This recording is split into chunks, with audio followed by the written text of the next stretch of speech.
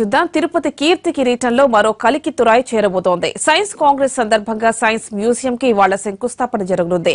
DRDO ఆధ్వర్యంలో నిర్మించబోయే science మ్యూజియంతో ఏపీలో పరిశోధనలకు ఊతమిచ్చినట్లు అవుతుందని భావిస్తున్నారు. చిల్డ్రన్ విమెన్ సైన్స్ కాంగ్రెస్ లు కూడా ఇవాళ మొదలవుతున్నాయి. తిరుపతిలో జరుగుతున్న ఇండియన్ సైన్స్ కాంగ్రెస్ శాస్త్రవేత్తలతో పాటు విద్యార్థుల్లో కూడా స్ఫూర్తి నింపుతోంది. మొదటి రోజు ప్రధాని ఉపన్యాసంతో మొదలైన సమావేశాల్లో రెండవ రోజు ఎన్నో విశేషాలు ఉండబోతున్నాయి.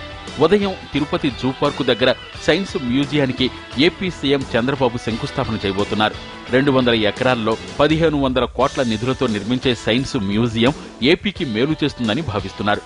శాస్త్ర సాంకేతిక రంగాల్లో ఏపీ మరింత ముందడుగు వేసేందుకు ఈ మ్యూజియం సహాయపడనుంది. 104వ Indian science congress SV university తిరుపతిలో జరుగుతున్న సందర్భంగా డిఆర్డీఓ ముఖ్యమైనటువంటి R&D ఆర్గనైజేషన్ సందర్భంగా పెద్ద ఎత్తున ఇక్కడ పార్టిసిపేషన్ చేయడం జరిగింది. సైన్స్ మ్యూజియం అనేటువంటిది సైన్స్ కాంగ్రెస్ తిరుపతికి వచ్చిన సందర్భంగా ఒక గొప్ప అద్భుతమైనటువంటి ఒక విషయం ఇక్కడ ఉంటే బాగుంటుంది అనేటువంటి ఉద్దేశంతో ముఖ్యమంత్రి గారితో ప్రస్తావించినప్పుడు వారు వెంటనే చాలా పాజిటివ్గా తీసుకొని ఇక్కడ సైన్స్ మ్యూజియం ఏర్పాటు చేస్తామనేటువంటి జరిగింది. దానికి సంబంధించి చాలా బ్యాక్గ్రౌండ్ జరిగింది. అటు పద్మావతి మహిళా వర్సిటీలో చిన్నారుల సైన్స్ కాంగ్రెస్, మహిళల సైన్స్ కాంగ్రెస్ సీఎం చంద్రబాబు ప్రారంభించనున్నారు.